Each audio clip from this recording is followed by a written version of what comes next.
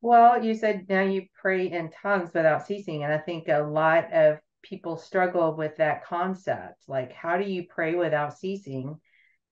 What does that mean? What does it look like while you're at the same time engaging in the world and living your life? Well, I will say this. Here's a thought. Um, Dispensations always will stop us from praying because it puts prayer in a religious time frame. So you can pray before a meal, you can pray at church, you can pray before you go to sleep. So that's a religious time frame or a dispensation. Puts God in a box.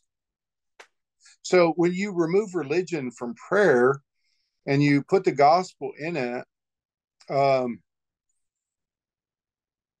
we understand that I'm in a relationship that God talks to me, and listening is a part of prayer. And so if I listen, I can respond. So that never stops. Um, the beauty of once, what is known as alligator theology, where I'm all mouth and no ears as a preacher, and I have learned that I talk more than I pray, and I pray more than I trust.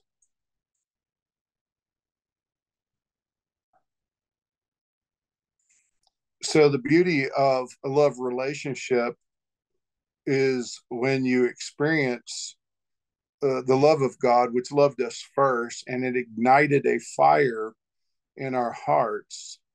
Um, you can't stop talking to him or about him because you talk about the thing that you love the most. From the heart, the mouth speaks. So we will always be identified. Our passions are identified by what we talk about.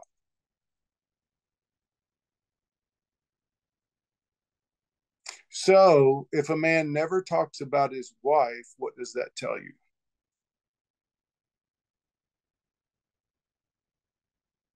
It's what the church is like without evangelism.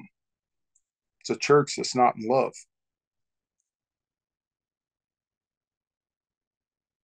Now, did we get the eyebrows recorded there? Because this is why, I often find talking heads quite boring, even mine.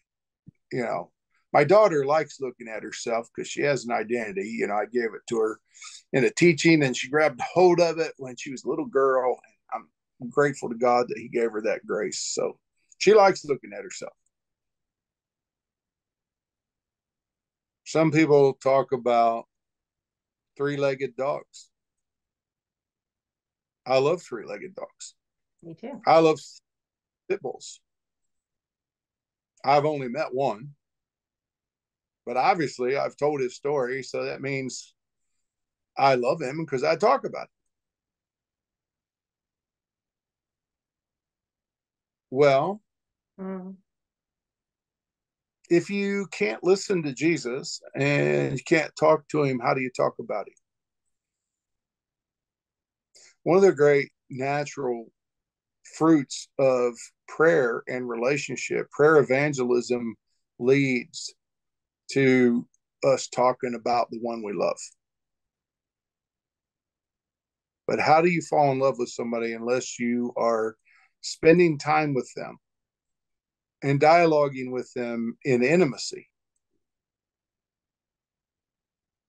Because if we don't, it leaves us with a sterile religion where we're always seeing but never perceiving, always hearing but never understanding.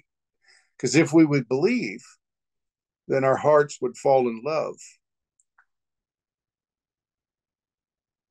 and we would pray in a love drunk nature, like the men in Pentecost that were accused of being drunk. Well, they were. They were love drunk. So when the moon hits your eyes like a big pizza pie, oh, that's amore. When your face starts to shine Like you've had too much wine. That's a mole. Folks, the church needs a little more wine. We need the new wine. So I think that's without ceasing.